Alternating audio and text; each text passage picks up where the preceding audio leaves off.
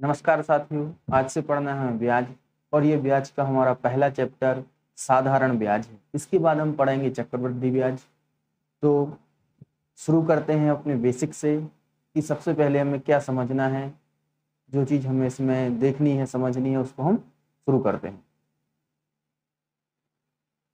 सबसे पहले हम देखेंगे कि आखिर ब्याज में कितनी चीज़ें महत्वपूर्ण होती हैं। सबसे पहला तो होता है हमारा मूलधन। मूलधन क्या होता है? मूलधन वह राशि होती है जिसे हम ब्याज पर देते हैं। मूलधन वह राशि है जिसे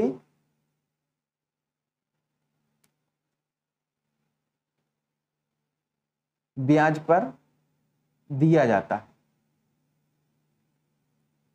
जैसे कि आप किसी के लिए 1000, 2000, 5000 कितनी भी राशि उधार दें, वह आपका मूलधन है। अब उस शर्त पे जो शर्त लगाई जाती है, एक शर्त रखी जाती है कि अगर आप इतने समय में हमारा मूलधन नहीं लौटाते हैं या फिर इतने समय के बाद लौटाते हैं तो प्रत्येक 100 रुपए पर कितना आपको अलग से पे करना पड़ेगा, वो होता है ब्याज। ये क्या होता है? ब्याज। ब्याज के लिए हमने जैसे कि अभी तक पढ़ा है या देखा है कि आखिर ब्याज होता क्या है। हमने अपनी छोटी चीजों में, छोटी क्लासों में देखा है प्रति वर्ष या परसेंट। एक चीज पढ़ी हमने, परसेंट। परसेंट का तात्पर्य होता है कि प्रत्येक 100 रुपए पर लगने वाला ब्याज, प्रत्येक 100 पर। जैसे कि हम किसी के लिए 1500 रुपए उधार दें तो देखिए इसमें कितने 100 आते हैं।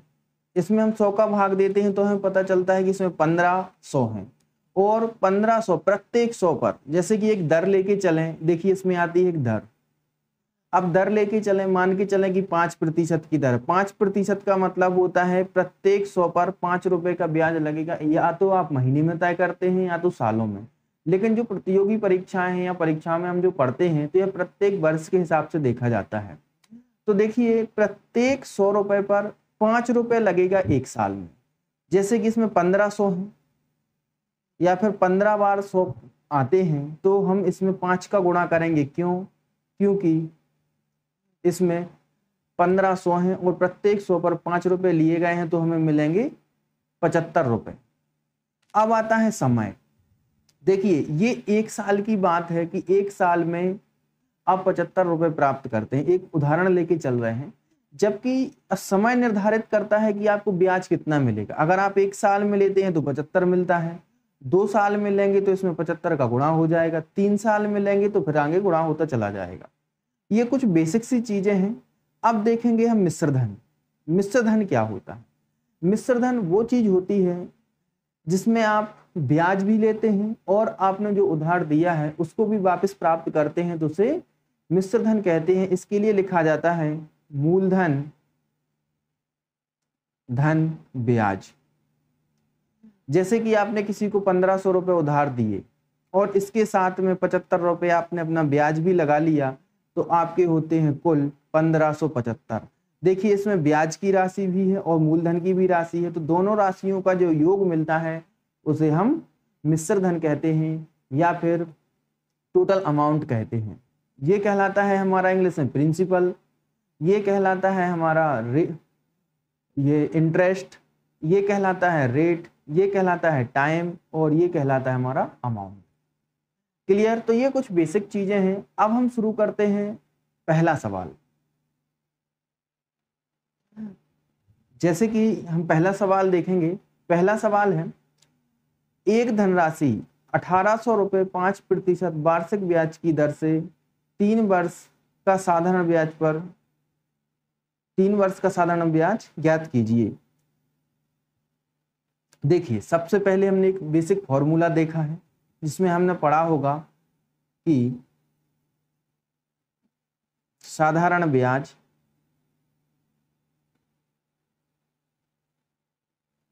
बराबर मूलधन गुणित दर गुणित समय।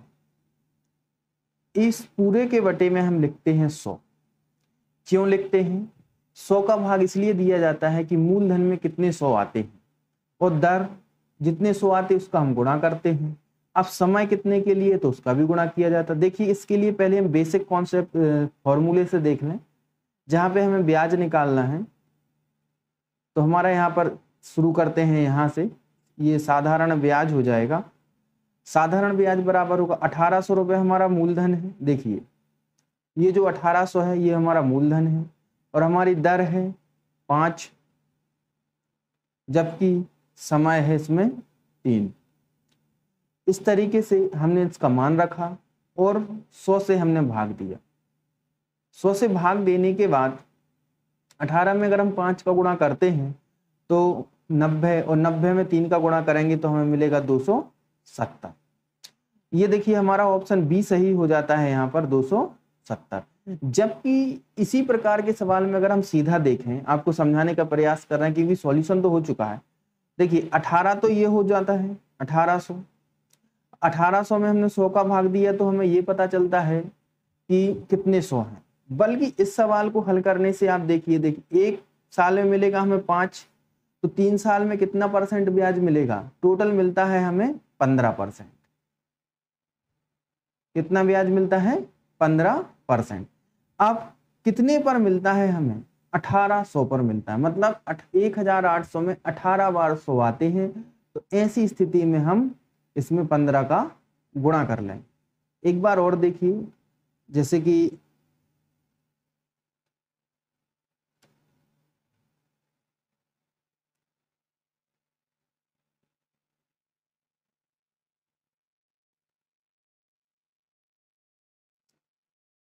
देखिए यहाँ पर 5 दर है, 5% ब्याज मिलेगा एक साल में।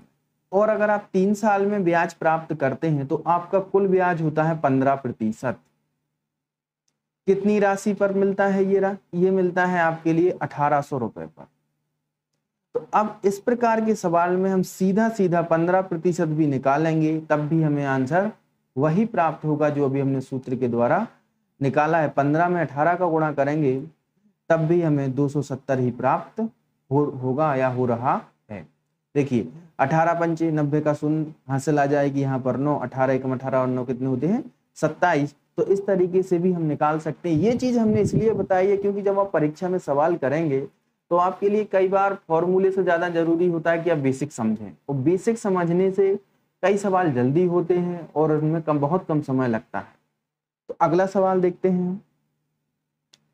600 रुपए का 10 वर्ष का साधारण ब्याज 120 रुपए हो तो ब्याज की दर ज्ञात करें। सबसे पहले तो हमें क्या करना है, ये निकालना है कि 600 का 120 कितना प्रतिशत है। इसलिए निकालना है कि हमें ये पता चलेगा कि टोटल कितने प्रतिशत ब्याज मिला। तो ऐसी स्थिति में हम लिखेंगे 120 गुणित 100 बटे 600। अब ये सॉल्यूशन करेंगे तो हमें सीधा % मिलेगा, लेकिन इसी के साथ में हम 10 का भाग देंगे तो हमें यह भी पता चल जाएगा कि एक वर्ष में कितने प्रतिशत ब्याज मिला। इस तरीके से हम सीधा आंसर प्राप्त कर सकते हैं। 120 से इसको 5 बार कैंसिल करेंगे और यहाँ से ये एक बार कैंसिल हो, 0 से 0 कैंसिल हो जाएगा, और 5 से ये 2 बार कैंसिल होगा, तो हमें आंसर मिलेगा 2%। और ये हमारा सी आंसर करेक्ट होगा, 2%। अगले क्वेश्चन अगला क्वेश्चन बाद में करेंगे। इसके लिए हम कुछ सरल तरीके से तो करके देख चुके हैं। अब फॉर्मूले के हिसाब से देखें। देखिए जैसे कि हमने देखा है साधारण ब्याज, साधारण ब्याज का फॉर्मूला होता है मूलधन गुणित दर गुणित समय बटे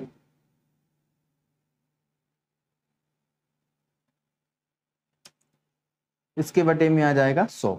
देखिए ब्याज कितना दिया है इसमें 120, मूलधन कितना है हमारा 600, इसमें दर नहीं दी गई है तो दर हमें निकालनी है, जबकि समय हमें 10 पहले से दिया है। तो ऐसी स्थिति में सबसे पहले हम इसको कैंसिल करेंगे। देखिए 0 से ये 0 भी कैंसिल हो जाएगा, 6 से अगर हम कैंसिल करते हैं तो यह 2 बार कैंसिल होगा और तब भी हमें आंसर मिलेगा 2%। इसके लिए हम दोनों तरीके से हल कर सकते हैं। ये तरीका मैंने इसलिए बताया कि आप परीक्षा में जल्दी से जल्दी हल कर सकें। अगला क्वेश्चन देखते हैं। वह धनराशि ज्ञात कीजिए जिसका 7% वार्षिक ब्याज की दर से 4 वर्ष का ब्याज 280 रुपए। देखिए धनराशि के लिए मान के चलते हैं कि धनराशि 100% होती है। धनराशि के लिए हम 100% मान के चलते हैं, जबकि हमें ब्याज दिया गया है। ऐसी स्थिति में पहले हम ब्याज निकालेंगे परसेंट में। ध्यान से देखिएगा, आप समझ जाएंगे कि हमने इसके पहले जो सवाल करे हैं उनको डायरेक्ट क्यों किया। एक वर्ष में अगर 7% ब्याज मिलता है तो 2 वर्षों में हम 4 वर्ष में हमें 28% ब्याज मिलेगा। तो हम कह सकते हैं यहाँ पर जो कुल ब्याज है, ब्याज होगा 28% और वह 280 के बराबर है। ये रुपयों में दिया है। तो इस तरीके से हम सीधा सीधा धनराशि भी निकाल सकते हैं। तो धनराशि हो जाएगी 280 बटे 28 गुणित 100।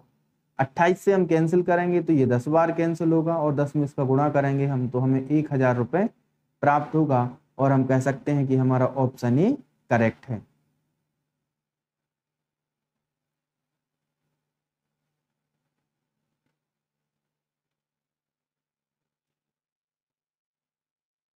अब देखिए, ये तो हमने सीधा सीधा आपको करके बता दिया कि आप इस तरीके से भी कर सकते हैं।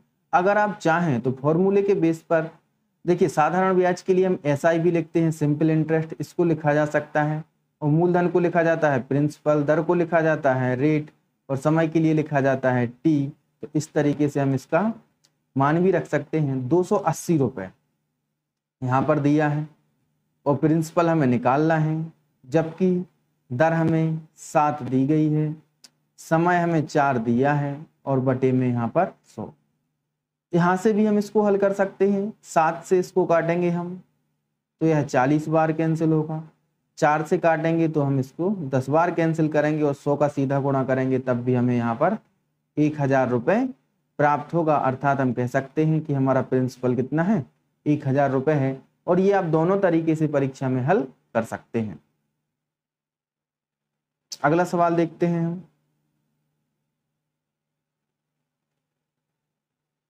1500 रुपये का धन 6% वार्षिक ब्याज की दर से 5 वर्ष में साधारण ब्याज पर मिश्र धन कितना होगा।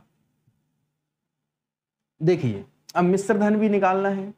तो मिश्र धन के लिए सबसे अच्छा तरीका, जो हमने इसके पहले एक सवाल देखा है, आपका मूलधन कितना है। मूलधन मान के चलते हैं हम 100%। आपका ब्याज कितना होगा, 1 साल में मिल रहा है आपको 6, तो 5 वर्ष में कितना मिलेगा, 30। तो ऐसी स्थिति में लिख सकते हैं हम ब्याज होगा 30%। आपको निकालना है मिश्र धन। तो मिश्र धन निकालने के लिए जो हमारी राशि है उसका हम कुल 130% निकालेंगे, क्योंकि 100% मूलधन होगा जबकि 30% ब्याज है। तो हमें निकालना है 130%। तो इसके लिए हम क्या करेंगे, बटे में लिखेंगे 1500 बटे 100, क्योंकि यह 100% के बराबर है, और गुणा करेंगे हम 130 का। तो 1500 100 का भाग दिया तो 0 से 0 कैंसिल हो जाएगा, जबकि 15 गुणित 130 लिखते हैं हम तो हमें यहाँ पर मिलेगा 15 तिया 45 का 5 हासिल आई 4, 15 एकम 15 और 4 हो जाएगा 19। तो इस तरीके से मिलेंगे हमें 1950 रुपये। ये हमारा ऑप्शन डी करेक्ट होगा।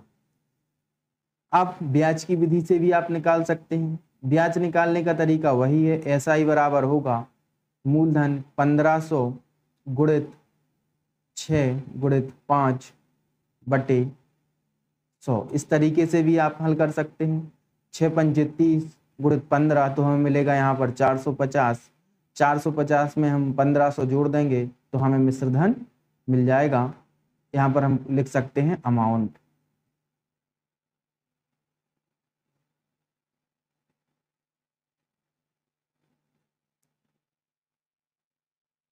ये हमारा आंसर करेक्ट है और इस दोनों तरीके से हमने इसका आंसर निकाला।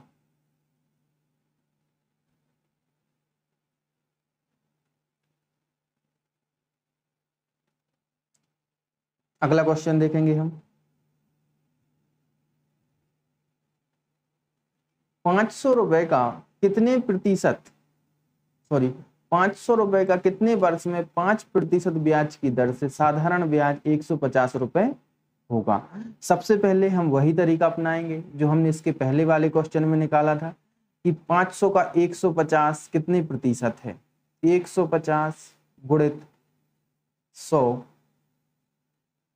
बटे 500। अब 500 में हम परसेंट का भी भाग देंगे। क्यों देंगे परसेंट का भाग? ताकि हमें पता चले कि समय कितना है। देखिए अगर हम 150 को निकालेंगे क्योंकि 500 का कितना प्रतिशत है, तो हमें कुल ब्याज पता चलेगा और 5 से भाग देंगे तो हमें यह पता चलेगा कि हमने प्रत्येक एक कितने वर्ष में 5% प्राप्त किया है। तो इस तरीके से हम इसको कैंसिल करते हैं। 5 से अगर हम इसको कैंसिल करेंगे तो ये 30 बार कैंसिल होगा और 5 से 30 में हम भाग देंगे तो हमें आंसर 6 मिलेगा। तो हम कह सकते हैं कि 6 वर्ष में हमें 150 रुपए ब्याज प्राप्त होता है। और इसको करने का भी वही तरीका है, आप फिर से भी कर सकते हैं कि 150 आपका ब्याज होगा, जबकि मूलधन जहां पे आपका 500 रुपए है इसके लिए हम प्रिंसिपल लिखते हैं PRT बटे 100। तो 150 बराबर 500 गुणित, यहाँ पर आपकी दर दी गई है जबकि समय आपको निकालना है। तो ऐसी स्थिति में आप 100 से भाग देंगे तो 0 से 0 कैंसिल हो जाएगा और 5 गुणित 5 पचम 25, 25 से अगर आप 150 में भाग देते हैं तो 6 प्राप्त होगा। तो हम कह सकते हैं कि यहाँ पर हमें मिलेगा 6 वर्ष। ये टी हमारा आंसर सही है। अगला क्वेश्चन देखेंगे हम।